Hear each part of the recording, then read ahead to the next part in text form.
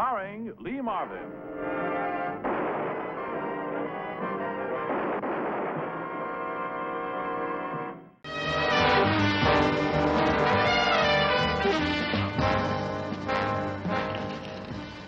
Hey, Louie! Louie! Louie! Hey. X-27, X-27, this is Max. About that stolen cab the dispatcher had on the air. It's found by White Hill Cemetery on the Blake Road. I spotted the license. Louie ain't here. I'll deliver my customer and come right back to Blake Road.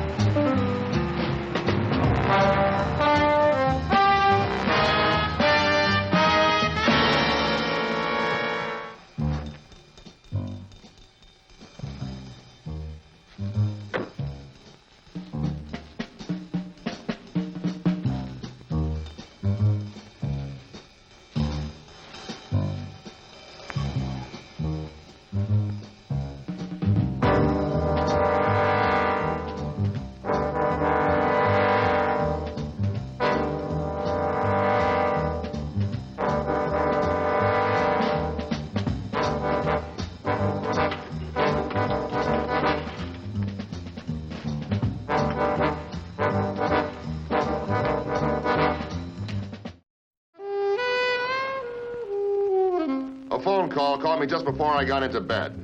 A disturbance in an exclusive apartment house might fit into the case I was working on. A case the newspapers called Terror on Dark Street. My name is Frank Ballinger, Detective Lieutenant, M Squad, a special detail of the Chicago Police. We had varying descriptions of a big, wild-eyed, badly scarred man who had been terrorizing people in the Dark Street area. The neighborhood was in a panic. People were afraid to go out at night. Now there was a suspicion that the man we wanted had entered the apartment of Thomas Bonsall, a wealthy architect. Frank, there's no doubt now that there was a struggle of some kind in here. Mr. Carmody here lives next door, and he heard it. Oh, yes, I saw the man. It's just like the newspaper said. A big man, staring eyes, scars all over his face. Well, how'd you come to see him? Well, first of all, there was a lot of loud talk in this room. Two men were having an argument. I guess one was Mr. Bonsall. Then there was a scream, and then a lot of pounding on our kitchen wall. Pounding on the wall? Yes, and my wife and I had about enough of that. Oh, then you came over and knocked on the door. Yes, well, I started to open the door, but when I opened the door to the rear service hall, there he was, this man. Well, he just looked at me and went back into the Bonsall's kitchen and slammed the door in my face. I don't get it, letting himself be seen. Our man always slugs people that look at him. Yeah. Well, I went right to the phone and called the police. Is there a Mrs. Bonsall? Oh, yes. Well, they had a terrible fight last night, too. She left, took a suitcase with her. You hear quite a lot, don't you, Mr. Carmody? Well, we can't help it. They're always quarreling. Well, thank you very much for helping us, Mr. Carmody. Yes. Well, if you'll excuse me, I'll just go right through the kitchen. Certainly. I don't get it. The man we're looking for always snatches women's purses or men's wallets, but always in the street. Doesn't figure that he'd risk breaking into 10th floor apartments. Well, he did, and he was seen.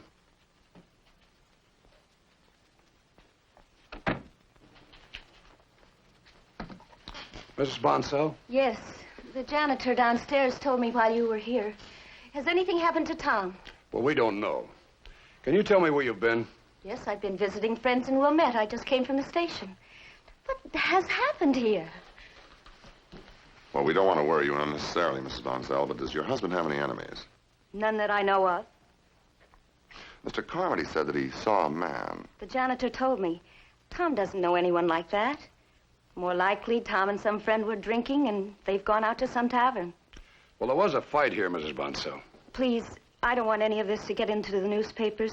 My family's never been involved in anything like this. Tom will be home in a few hours. Mrs. Bonsall, would any of your friends have it in for your husband? What are you implying? Oh, Mr. Carmody again. He always listens. Naturally, husbands and wives have disagreements. I walked out last night, but I came back. There's never been a divorce in our family, and there's not going to be one now. We do have to ask questions. You understand that? Of course. And I'm very tired. I'll have to ask you gentlemen to leave. I'll phone you as soon as Tom gets home. Well, please do that. Charlie, Jack? But Tom Bonsell didn't come home, and we began looking for him. 48 hours of intensive investigation, combing taverns near his home, calling on his friends, and checking the usual routine for a missing person failed to yield a single clue to his whereabouts. Well, the papers know more than we do. They say the terror of Dark Street got Bonsell. I don't know, Frank. This could be a hoax. You know, it wouldn't be the first time a husband staged something like this to run out on his wife. I don't know. Bonsell wasn't the type to run away. I talked to his partner and his attorneys. He was a rich man. He'd be running away from $500,000, and all his. Yeah. The thing I don't get was the pounding on the wall. Why? That's almost like asking for attention. Well, I think I buy Carmody's story. He said he saw the terror. Well, why did Bonsell go with him? They just had a fight. Unless the other man used force. Could be. Gray speaking. Yeah, well, when did this happen? Well, you better bring him in here. Central Bureau just picked up a suspect with a scarred face. Several women saw him. One of them said he's the one who grabbed her bag on Dark Street. Well, let's have a look at him. Charles Sartoris was 30, worked as a locksmith, and led a quiet, secluded life. He had no police record. His face scars were the result of a hand grenade explosion in Korea. He could not account for his time on the nights in question, except to say that he might have been home or working late in a shop. That makes me the terror, I suppose. No alibis. No witnesses to prove that I wasn't out stealing handbags. Well, it doesn't help much. Now, this woman thinks I'm the man. Well, what can I say, except I wasn't there. I never saw her before, till they pulled me down here at police headquarters. But she picked you out of a group of men. Why not? With this face, I'm always picked. You're looking for a man with scars. Well, I've got scars. So I'm not supposed to be human? Did you know a Thomas Bonsell? Yeah, I've read about him. Did I make him disappear? I don't know, did you? No, sir. Well, I never seen him before. Only his wife. Shouldn't I admit that? Where do you know her from? She used to hang out in a bar in Ohio Street, the Playbill. I remember after seeing her pictures in the papers. Did you ever talk to her? No. And she's a lush. I keep away from that kind. You might as well send him home. Well, I can't, Frank. They're holding him on an open charge. Well, can't you see he's the wrong height, wrong complexion? Yeah, but there's a possible identification. Don't tell me somebody believes me. I felt sorry for Sartoris, but he told us something new about Mrs. Bonsell. She drank to excess and spent a lot of time at the Playbill bar. I headed there to check. So far, we knew little about Esther Bonsell, a woman from a once wealthy family who'd married a currently wealthy architect. I continued dropping into the Playbill at different hours of the day. It was a hangout for whispering couples and solitary drinkers. It was 3 days before anything happened. Then a Mrs. Vinton turned out to be a close friend of Esther Bonsell.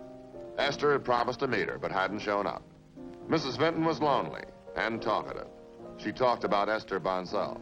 Esther just has one thing on her mind. It's an obsession with her. Sometimes I'm even afraid of her. She's obsessed. She wants to see Tom dead and in his grave. She even asked me to help her. Oh, it was quite crazy. Of course, she wasn't sober, and I was. I'll have to ask you to come downtown. I'm a police officer. I haven't been disorderly. I want a statement. Statement about what? I'll tell you on the way down. Just get your things together, please. When Mrs. Vinton was sober, she repeated her story about Esther Bonsell's wish for her husband's death. Mrs. Vinton signed a statement, but we decided to proceed with caution and to test the information. I kept a constant check on Esther's movements. Please stop talking about it. I was a fool when I even listened to you. And I was a fool when I married Tom against my family's wishes. Look, my dear, the past is the past. You're a wonderful woman, and you had a wonderful family. But now I want the rest of my money. Will you please keep your voice down? It'll just be a few more days. My dear, you wouldn't be stalling Don't me. call me my dear. Oh, come off it, Esther. We made a deal, and I delivered. You owe me $10,000. I know, but Tom's money is all tied up. Then borrow. You have friends. You're a wealthy woman now. That detective. I'm terrified every time I talk to him. Yes, and you're inclined to talk too much. Let me handle this situation. You stall him down here for a while.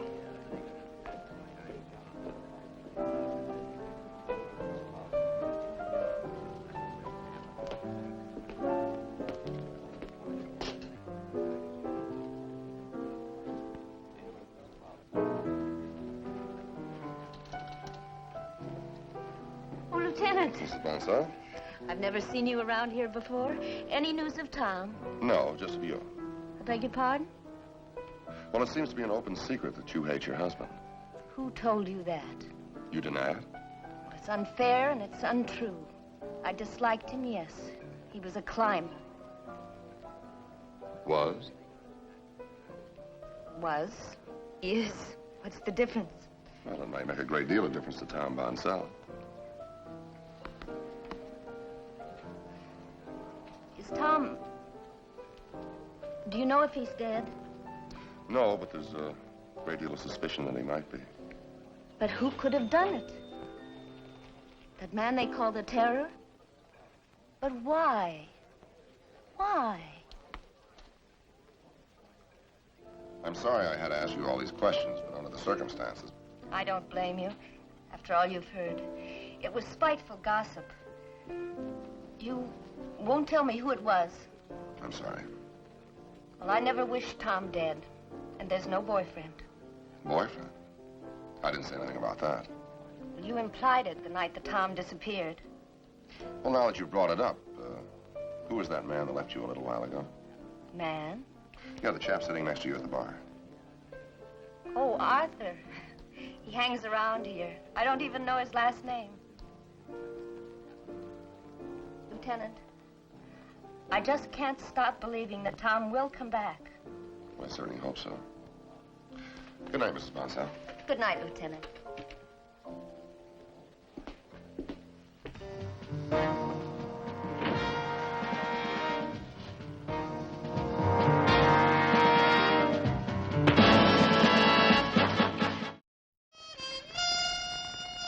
The attack on me gave us our first solid lead.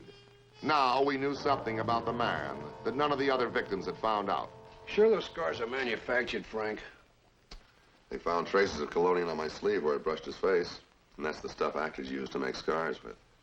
Collodion. That the stuff I used to use when I was a kid and I'd cut my hand? Yeah, a jelly-like substance that you cover wounds with, and when it shrinks, it looks like a scar. You realize what this means, don't you, Frank? Yeah. The man we're looking for is wearing a phony mask.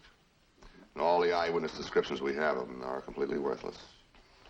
So we have no idea what the man looks like that we're looking for. Why did he jump you? I don't get that.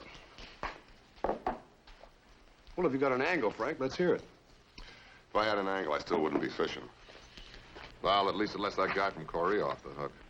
Oh, no, it doesn't. We let him go. Yeah, he was on the loose when you got slugged.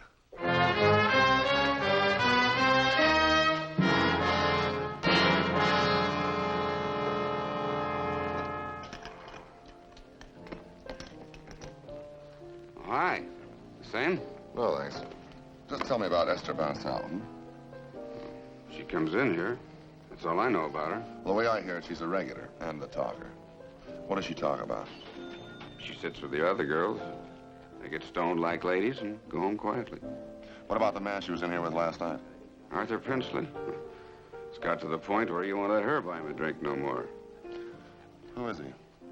He's an in-and-outer. Used to be on the stage. Well, he seemed to be pretty chummy with Mrs. Bonsall last night. I wouldn't say so. She used to buy him a drink now and then. All the girls do. Excuse me.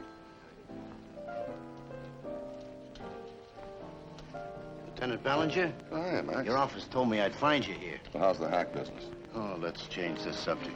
If I told you, it'd ruin your whole day. You know, I would have contacted you sooner, but I've been laid up with a bug. Oh, I'm sorry to hear that.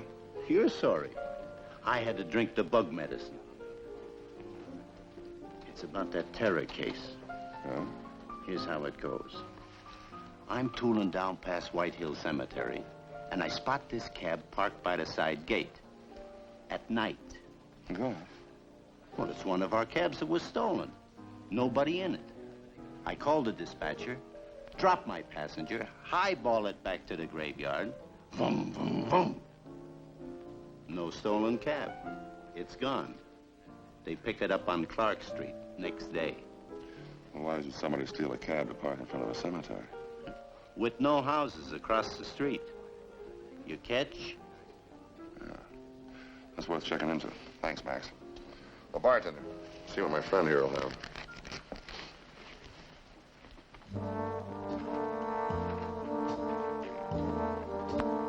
A cemetery could be a hiding place. We went over White Hill. It was slow, cold work, systematically covering every inch of the graveyard.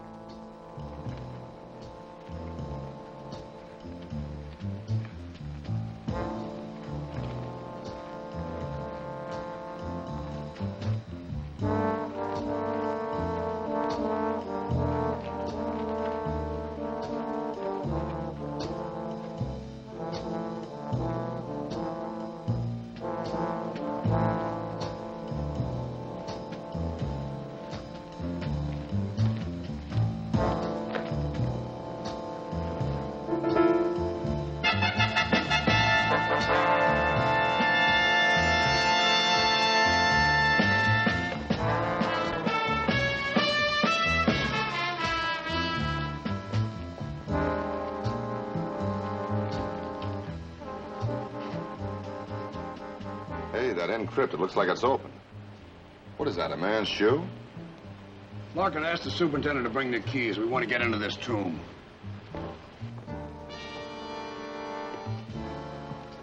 Did you notice? What's that? There were traces of collodion on his shirt. Well, that just about wraps it up. Our man, the one that attacked you, probably brought Bonsell here. Yeah, but right now my interest is in actors.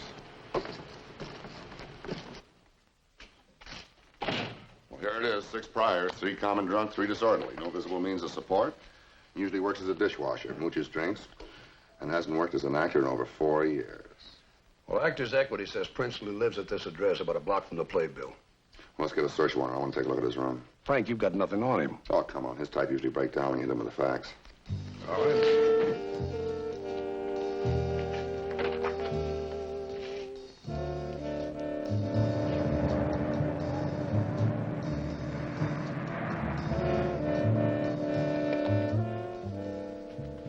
Collodion.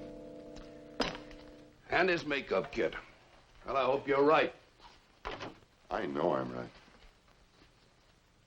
Arthur Princely, October 1951. Look, he even signed it. All right, hoist the Presley. Buddy, hands against the wall. He's clean. Now, what is this all about? Maybe this will jog your memory. How did this get here? No use pretending, Princely. The lab will prove whether you ever wore that coat or not. There's your makeup kit. Collodion included. What's wrong about that? I'm an actor. And you've been holding up people on Dark Street. Me, the terror? Oh, come now. You've played the role before. You win. I never had a show yet that didn't lay an egg. I was so broke. I was even hungry. I figured a few stick-ups and the terror would vanish. Well, what about Tom Bonsell? Oh, no, you're not going to pin his disappearance on me. He came back. We found his body. We found traces of collodion on his shirt, and we can prove they came from that bottle. I was so sure. So sure. Esther's smart. Even she bought it. Why don't you tell us about Esther? All right, gentlemen, I will.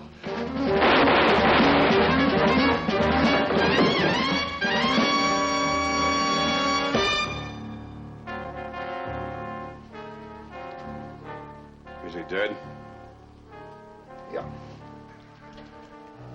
With Princely dead, we're gonna have a devil of a time nailing Esther Bonsell.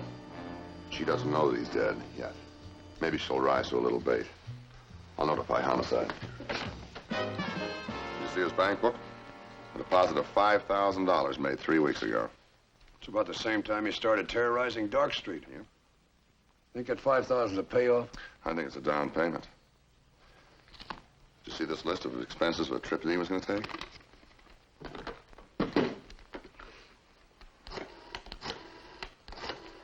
This comes to a lot more than $5,000.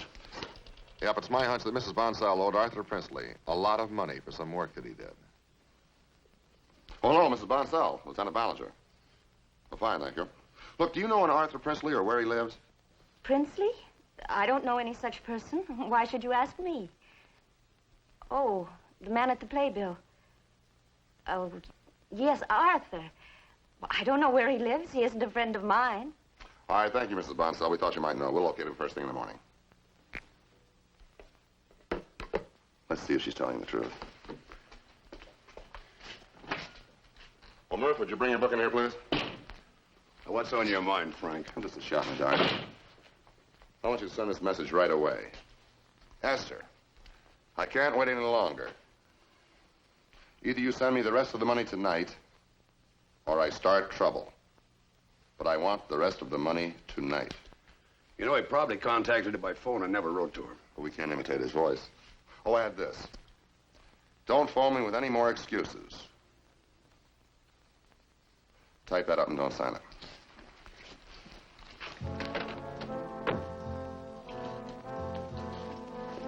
Frank. Frank. She's here. Huh? Mrs. Bonsell.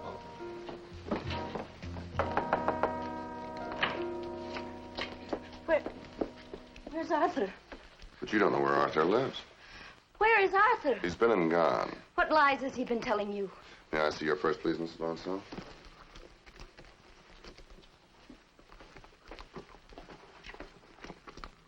There's no money. Just this. Considering what we know, you can make it easy for yourself or very difficult, Mrs. Bonsell. Your friend, Mrs. Vinton, made a statement. She's an alcoholic and a liar. She said that you hated your husband, that you wanted him killed. No, she was lying. Arthur thought so. I was talking wildly about how unhappy I was. It was Arthur's idea. I begged him not to do it. Yet you paid him $5,000. He said that the police would be looking for a madman. That's why he made so much noise, to attract attention. And then the madman would disappear and there would be no connection, no one to trace, nothing to involve me. You must have hated your husband very much. Yes, I did. He was a nobody. Bright boy in his class that made a lot of money. And for that you kill a man? Or was it that he was walking out on you? Nobody walks out on me. He wanted a divorce. Said we had no marriage. But he was to blame for all my drinking, my unhappiness. My name, my family didn't mean a thing to him, not a thing. But as his widow, you'd be very happy with his money, huh?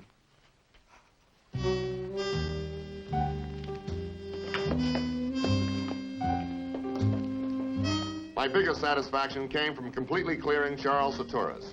Suspicion would have plagued the Korean War veteran for the rest of his life. But his neighbors learned that guilt is not always found in the condition of a man's face. At her trial, Esther Bonsell gave many reasons for disliking her husband in order to mitigate her crime. Only 2 were clear to a Chicago jury. He was going to leave her, and she wanted his money.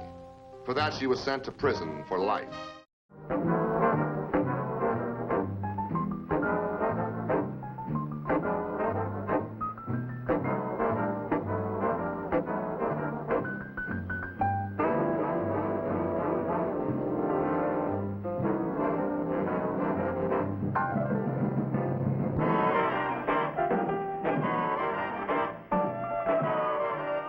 Squad.